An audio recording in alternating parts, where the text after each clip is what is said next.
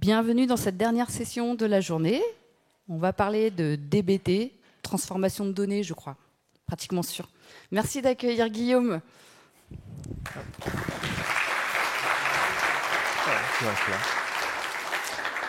Bonsoir à tous, merci d'être là pour cette dernière session. Et effectivement, comme tu disais Gaël, on va parler de transformation de données avec DBT.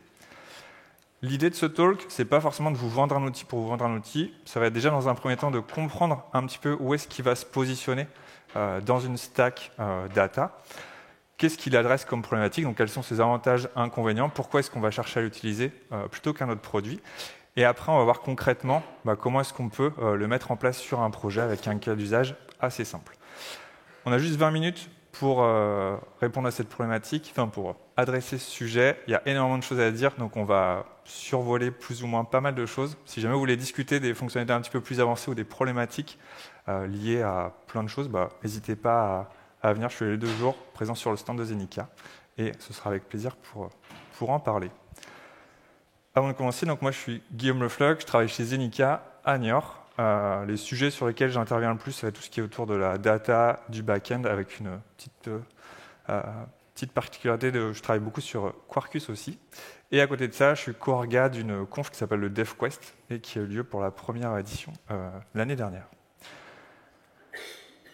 Donc, côté de DBT, pourquoi est-ce qu'on va chercher à l'utiliser? Dans quel cas d'usage est-ce qu'on va chercher à l'utiliser? Déjà, on va revenir un petit peu en arrière sur les différentes techniques qu'on va avoir pour adresser des problématiques data. La première, c'est de se dire, OK, j'ai des données à un endroit, et je viens de calculer des métriques, des chiffres d'affaires, des temps de passage à certains états. Et pour ce faire, j'ai 2 grands domaines en fait, dans la data qui vont me permettre de répondre à ces problématiques. Historiquement, on avait tout ce qui était ETL. Vous en avez peut-être déjà fait. L'idée, c'est quoi? Je prends mes données, donc j'extrais mes données depuis ma source. Je vais avoir une brique qui va faire toute cette transformation, donc le filtrage, le mapping, les conversions, et ainsi de suite. Et ensuite, je vais déverser ces données dans une autre source.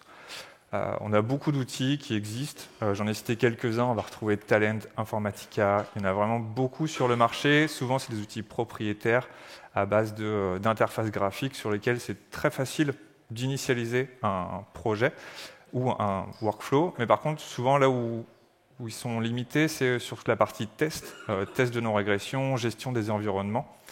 Et c'est là où potentiellement DBT va pouvoir nous aider. L'autre technique qu'on va aussi voir dans le monde de la data et qui est de plus en plus présente, c'est la partie ELT. Donc l'idée, c'est toujours la même chose, on a toujours les mêmes étapes, sauf qu'on a inversé la partie chargement des données et la partie transformation. Donc je prends mes données depuis ma source, je les mets dans un entrepôt de données qui me permet de stocker mes données, mais qui me permet aussi d'avoir de la puissance de calcul. Et ensuite, à partir de ce moteur de stockage, je vais pouvoir exécuter mes transformations. En termes d'outillage, donc on est sur une stack complètement différente. On va avoir des outils qui vont être très spécifiques à la partie extraction, chargement. Donc là, on a plusieurs grands noms qui existent. Fivetran qui est le produit un petit peu à la mode, Airbyte qui existe. Vous pouvez faire des workflows vous-même. C'est assez simple. L'idée, c'est de prendre des données d'une source A pour les amener dans une source B. Côté stockage, idem, il y a des entrepôts de données qui sont à la mode, typiquement Snowflake, qui est celui qui a plutôt le vent en poupe en ce moment. BigQuery, côté provider de cloud, GCP, il y a la même chose chez AWS, chez Microsoft. Vous avez, si vous êtes on-prem, des solutions aussi qui s'offrent à vous. En fonction de vos besoins, chaque solution va avoir des avantages, des inconvénients, donc ce n'est pas forcément l'objet de ce talk, mais c'est toujours intéressant de le savoir. Et après, sur la partie transformation, donc c'est là qu'on retrouve DBT. L'idée donc de cette partie transformation, c'est de dire j'ai mes données qui sont dans mon entrepôt de données. Mon entrepôt de données, il sert de stockage, mais il a aussi de la puissance de calcul. Et je vais m'appuyer sur ce moteur pour réaliser mes transformations et calculer mes indicateurs. Donc on retrouve DBT dont on va parler pour ce talk, mais il y a aussi des concurrents, SQL Mesh, Dataform côté GCP qui fait à peu près la même chose. Un des avantages peut-être de l'ELT par rapport à l'ETL, c'est qu'on a importé toutes nos données brutes dans notre entrepôt de données. Ce qui fait que si jamais je veux adresser un nouveau cas d'usage, en fait, mes données elles sont déjà là et je peux assez facilement intégrer de nouvelles données, calculer des nouveaux indicateurs. Je n'ai pas besoin de recréer un workflow ou un pipeline qui va venir refaire ce workflow ETL. Donc souvent, c'est vrai que cette partie ELT est assez intéressante. pourquoi est-ce qu'on choisirait DBT? Donc, comment est-ce qu'ils se présentent? Donc, eux, ils se présentent comme une solution qui va nous permettre de créer des workflows à base de SQL. Et là où ils se différencient un petit peu de la concurrence, c'est qu'ils ont intégré tout un ensemble de bonnes pratiques qu'on va retrouver dans le développement logiciel. Dans le monde de la data, on voit rarement des tests, on voit rarement des tests de non-régression, de la documentation. C'est toujours compliqué d'avoir de la documentation sur nos datas. Et là où DBT va avoir un petit plus, selon moi, c'est que on va pouvoir assez facilement rajouter de la doc sur nos données, assez facilement tester nos données, assez facilement partager du code pour partager des transformations. On va aussi pouvoir, ce qu'on va voir un petit peu après, c'est qu'on ne manipule que des fichiers texte, que des fichiers SQL, que des fichiers YAML. Donc c'est assez simple en fait de les intégrer dans Git et d'avoir aussi tout un process de revue de code comme ce qu'on a assez classiquement avec n'importe quel type de code. On va pouvoir intégrer ça dans une chaîne d'intégration continue et vérifier que nos nouvelles fonctionnalités n'ont pas introduit de régression en fait, au fil du temps. On a vu où est-ce que l'outil se positionnait, quels étaient ses avantages. Maintenant, on va voir un petit peu comment est-ce qu'on peut l'utiliser dans notre quotidien. Donc, installer DBT, c'est assez simple. En fait, il y a un outil en ligne de commande que vous pouvez installer sous forme d'un package Python. Et vous allez aussi avoir, avec cet outil, tout un ensemble de packages qui vous permettent de vous connecter à différentes sources de données. Donc, DBT est compatible avec tout un tas de sources de données. Soit c'est des connecteurs qui sont développés directement par DBT, soit par la communauté. Mais vous allez pouvoir adresser tout type de base de données relationnelles, tout type de data warehouse, certains moteurs de calcul comme Spark. Il y a vraiment la possibilité, à partir du moment où on peut exécuter du SQL dessus, il y a de très fortes chances pour que vous puissiez brancher DBT dessus. Une fois que vous avez installé cet outil en ligne de commande, vous pouvez faire un DBT init et ça va vous créer votre projet. Cet outil, cette ligne de commande DBT, en fait, on va toujours l'utiliser. C'est-à-dire que dès qu'on va vouloir exécuter notre projet, on va utiliser cette ligne de commande DBT pour faire un DBT run, par exemple.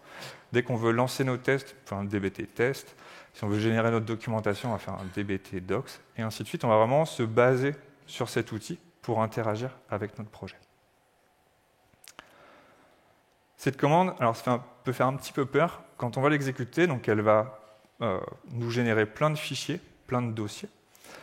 DBT se base beaucoup, il y a beaucoup de conventions en fait qui sont qui sont définies dans DBT. Cela dit, vous pouvez toujours par de la configuration venir modifier ça.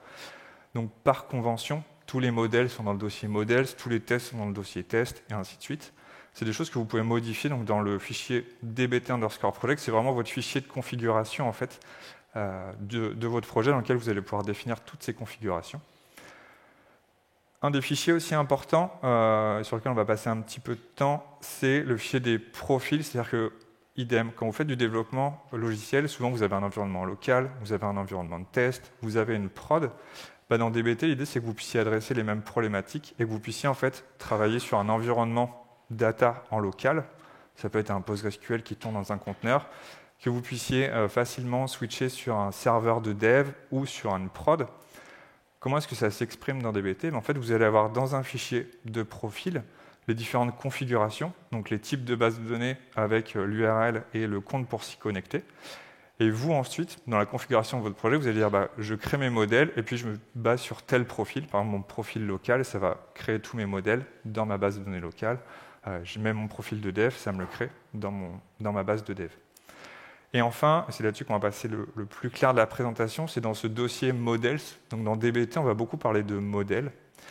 La structure de ce dossier, elle est pas définie. C'est-à-dire qu'à l'intérieur de ce dossier, vous faites ce que vous voulez. Là, on voit que j'ai initié pas mal de dossiers, un dossier Mart, un dossier Staging, il y a des fichiers SQL, des fichiers YAML, des fichiers Markdown. Vous faites ce que vous voulez dans ce dossier. DBT vous préconise et essaye de définir des arborescences de fichiers, de dossiers, pour que on puisse facilement s'y retrouver quand on passe d'un projet DBT à un autre. Là, typiquement, une des arborescences qui pousse, ça va être toute la partie, d'avoir donc dans cette partie staging, mais données un petit peu intermédiaires, dans la partie Mart, tous les modèles vraiment raffinés sur lesquels je vais pouvoir me baser avec des indicateurs finalisés. Mais voilà, il n'y a rien qui est figé, c'est moi qui décide où est-ce que je veux mettre mes fichiers. Donc, passons maintenant au modèle. Donc un modèle dans DBT, c'est quoi? C'est juste un fichier SQL dans lequel en fait, vous allez inscrire une requête SQL. Donc cette requête, c'est un select. Et DBT, bêtement, qu'est-ce qu'il va faire? Il va juste prendre tous vos modèles SQL et il va venir les exécuter les uns après les autres. Il va avoir la petite intelligence, si vous avez un modèle qui référence un modèle, de les exécuter dans le bon ordre. Mais c'est globalement, principalement, ce que va faire DBT, c'est vraiment exécuter ces modèles. Le résultat de ces requêtes, en fait, va être écrit dans une table. Donc, par convention, le nom de la table qui sera créée, ce sera le nom ça va reprendre le nom du fichier en fait, qui a été utilisé pour définir le modèle. Et voilà, globalement, c'est vraiment la fonctionnalité basique de DBT. J'ai un tas de fichiers SQL. Chaque fichier SQL contient une requête SQL. Et en fait, DBT va les exécuter les uns après les autres et créer les tables qui correspondent à cette requête SQL. Je peux choisir la façon dont cette table est écrite, c'est-à-dire que je peux écrire le résultat dans une table. Si jamais j'ai envie de faire une vue parce que je préfère avoir une vue en SQL, je peux lui demander de me créer une vue. Je peux demander de me créer une vue matérialisée. Il y a différents types de matérialisation que vous pouvez configurer, idem, toujours dans ce fichier de configuration de votre projet. Vous pouvez choisir modèle par modèle en fonction de vos besoins. Il y a un petit astérisque sur le SQL, parce que depuis très récemment, il y a la possibilité de définir des modèles en Python. C'est-à-dire que le SQL, c'est bien parce que c'est facile à comprendre normalement, enfin, c'est très simple à lire. Par contre, des fois, d'un point de vue transformation, on peut être limité. Et c'est là où avoir un vrai langage de code avec des librairies Python pour faire de la transformation de données, ça a des fois un plus. Et il commence en fait à intégrer le fait de pouvoir créer des modèles en Python. Donc vous passez juste une fonction Python et ensuite vous faites vos transformations avec du code. Cela dit, ça reste limité à certaines plateformes. Donc on va retrouver uniquement les grosses plateformes type Snowflake ou Spark pour lesquelles ça va fonctionner. J'ai créé ma requête SQL, j'ai mon modèle. On a vu tout à l'heure que DBT essayait de promouvoir aussi toutes les bonnes pratiques de développement. Et pour ça, ça va aussi passer par tout ce qui est autour de la documentation. Donc dans mon fichier SQL, je laisse ma requête, j'y touche plus. Et à côté, en fait, je vais pouvoir créer un fichier. Donc il y a beaucoup de YAML dans DBT pour la partie description et configuration. Et en fait, dans ce fichier, donc, qui est totalement facultatif, idem, vous pouvez créer un fichier par modèle, vous pouvez créer un fichier qui contient tous vos modèles, vous faites vraiment ce que vous voulez dans cette arborescence. Et typiquement, en fait, on va pouvoir retrouver la documentation et la description de nos tables. Donc, sur mon modèle juste là, on voit que j'ai mon modèle qui s'appelle Suspect Near Crime. J'ai une description, donc qu'est-ce que contient cette table? Et ensuite, je vais avoir toutes les colonnes de mon modèle avec leur nom, je pourrais rajouter leur type, je vais pouvoir rajouter aussi une description pour dire voilà, telle colonne contient telle information, ce qui, quand on est utilisateur des données, va avoir beaucoup de valeur pour nous. C'est possible via des packages, dont on parlera un petit peu après, de générer ces fichiers. Donc si jamais vous avez des modèles qui sont très complexes et que vous n'avez pas envie d'écrire ce fichier de prime abord, vous pouvez le faire générer pour ensuite plus avoir qu'à rajouter les descriptions. Cette documentation, elle a deux intérêts principaux. La première, c'est qu'elle va alimenter une documentation qui est générée par DBT. Et la deuxième, c'est qu'elle va aussi, quand vous allez créer vos tables, alimenter l'information schéma de votre base de données pour avoir la description des colonnes. Ce qui fait que n'importe qui se connecte à votre base va aussi pouvoir retrouver cette documentation directement en base de données. On a vu qu'on pouvait aussi rajouter des tests. Donc dans DBT, on va avoir deux types de tests. Le premier type, ça va être ce qu'ils appellent les data tests. C'est-à-dire que, juste au même niveau que la description de mes données, je vais pouvoir rajouter une petite section test et dire voilà, cette colonne, mon ID, mon suspect ID, j'ai normalement que des valeurs uniques et que des valeurs non nulles. C'est assez simple en fait à tester. C'est-à-dire que vérifier que j'ai que des valeurs uniques dans ma table, c'est une requête SQL. Vérifier que j'ai pas de valeurs non nulles, c'est aussi une requête SQL. Et en fait, DBT, typiquement, via une commande, va nous permettre, une fois que ce modèle a été exécuté, une fois que la table a été créée, de vérifier que mes données sont bien cohérentes avec mes tests. Donc ça vous permet aussi de vérifier que la qualité de vos données, elle est cohérente avec ce que vous avez décrit dans votre fichier. Là, on fait des tests colonne par colonne. C'est aussi possible, si jamais vous avez des requêtes plus complexes, que vous avez besoin de vérifier des choses entre des modèles ou au sein d'une table complète, de faire des requêtes SQL, de les mettre dans le dossier test, et DBT va les exécuter pour vous, pour vérifier que vos données ont la qualité attendue. Et toujours dans la partie promotion des bonnes pratiques de dev, en fait, on va aussi retrouver des tests unitaires. Donc idem, ça arrivé dans les dernières versions de DBT. en fait, je vais pouvoir, en me basant sur un modèle, donc un modèle, je l'ai dit tout à l'heure, c'est une requête SQL, je vais pouvoir dire, OK, tu as telle donnée en entrée, donc c'est la partie input qui est définie juste là, juste avoir une ou deux lignes en fait. Je veux dire, si jamais on exécute le modèle, dans le résultat, je vais avoir typiquement que cette ligne. Je vais pouvoir vérifier que mes conditions fonctionnent correctement, que mes transformations sont aussi correctes. Et cette partie-là, la vraie plus-value, c'est que je vais pouvoir les intégrer dans ma chaîne d'intégration continue.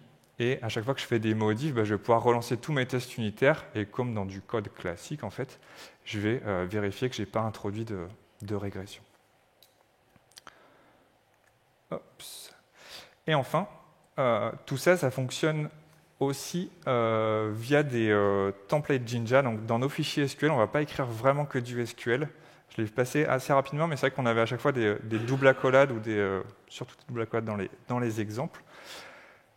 Donc, dans nos requêtes SQL, en fait, on va pouvoir intégrer des templates Jinja. Donc, ça veut dire qu'on peut créer des conditions dans nos requêtes SQL pour générer notre requête SQL. On va pouvoir créer des boucles for pour avoir plus de code et simplifier aussi potentiellement l'écriture de nos requêtes. On peut définir des variables, on peut vraiment faire tout ce qu'on veut d'un point de vue template pour simplifier en fait l'écriture de nos requêtes.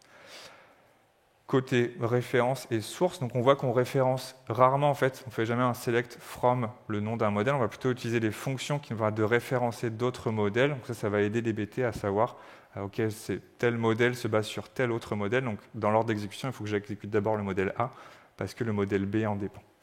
Et ça va aussi l'aider dans la partie documentation en fait, à créer des graphes pour savoir quelle donnée dépend de quelle donnée. Et moi, en tant qu'utilisateur, je vais pouvoir savoir, tiens, ma table finale, en fait, elle est construite à partir de telle table et de telle autre table. Je vais pouvoir comprendre aussi comment sont construites mes données. Oups. Et enfin, une des richesses aussi qui vient de DBT, c'est toute la partie communautaire. Donc, idem, toujours dans ce même optique de respecter ce qu'on retrouve dans le monde logiciel, on peut, comme dans un projet Java, on va récupérer des librairies externes. Dans DBT, on va pouvoir faire la même chose, c'est-à-dire qu'il y a le DBT Hub, dans lequel vous allez pouvoir récupérer des packages qui vont vous apporter des fonctionnalités. Typiquement, si vous voulez avoir plus de fonctions qui vous permettent de faire des asserts dans vos tests, plutôt que de les implémenter vous-même, vous allez pouvoir les récupérer. La partie de génération de documentation, c'est un package externe. Vous pouvez le récupérer assez facilement. Il y a des outils d'observabilité pour pouvoir tracer le nombre de fois que vous exécutez DBT, est-ce que vous avez des succès, des échecs, historiser vos tests. Tout ça, en fait, c'est des packages qui ne sont pas directement inclus dans DBT, mais que vous pouvez installer très facilement via un fichier de configuration et les lancer via une commande. Et du coup, si on regarde un petit peu à quoi ça ressemble, donc là, j'ai un projet DBT que j'ai généré, c'est exactement celui que j'ai utilisé pour la démo. Donc je retrouve en fait tous mes fichiers YAML, tous mes fichiers SQL. Si jamais je veux exécuter ces modèles, c'est tout simple, en fait, j'exécute la commande dbt run. Et en fait, il va retrouver tous mes modèles, il va construire un graphe en fait, pour savoir, ok, je dois d'abord appliquer ce modèle, puis ce modèle, puis ce modèle. Donc on le voit ici. Donc là, il a créé mes 4 modèles. Il a commencé par le premier. On voit un petit peu le nombre de lignes qui ont été utilisées. Et il m'a bien créé tous mes modèles. Et je vais aussi pouvoir lancer mes tests. Donc si je fais un dbt test, pour vérifier en fait que dans mes données en base, j'ai bien tous mes ID qui sont uniques, qui sont non nuls, et ainsi de suite. Donc je vais vraiment pouvoir vérifier toutes mes données directement via une seule commande. Et après, je l'ai déjà lancé. Hop, je vais l'arrêter. Je vais pouvoir régénérer ma doc. Donc j'ai juste une commande qui va me permettre de générer ma doc, et ensuite donc ça va me générer un petit site statique que je peux lancer via une commande. Et en fait, donc sur ce site, qui n'est pas hyper grand, je vais retrouver tout mon projet. Dans mon projet, je vais retrouver tous mes modèles, et c'est là où la partie documentation est intéressante, parce qu'en fait, je vais retrouver donc, pour chacun de mes modèles la petite description que j'ai indiquée dans mon fichier YAML. Je vais retrouver toutes mes colonnes avec le type. Alors lui, là, il les a inférés parce qu'il a réussi à savoir ce qu'il y avait dans ma base, mais j'aurais aussi pu moi-même lui les donner. La description qui va avec, les tests qui sont associées à cette colonne, les contraintes si j'en avais mis, et je peux voir mon code source. Donc ça, c'est pas forcément le truc hyper intéressant si vous avez votre projet avec vous. Par contre, ce qui est intéressant, c'est que si vous avez fait beaucoup de templating, vous allez aussi facilement pouvoir voir le code qui a été compilé. C'est-à-dire que si vous avez fait beaucoup de boucles for, beaucoup de conditions, vous pouvoir le code réellement appliquer.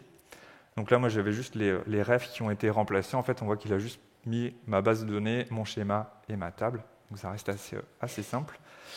Et je vois pas le bouton, il est là.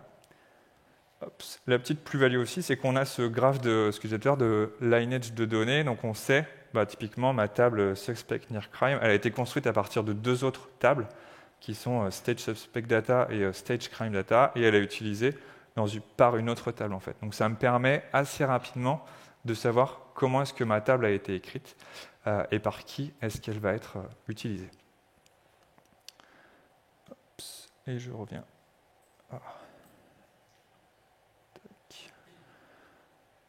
Ops. On arrive à la fin du temps. Il y a plein de choses qu'on n'a pas du tout évoquées dans ce talk, mais qui sont assez intéressantes et qui peuvent valoir le coup d'œil. Typiquement, on n'a pas du tout parlé des macros, qui sont de la possibilité d'externaliser du code dans des fonctions en fait, que vous pouvez réutiliser, que vous pouvez tester unitairement.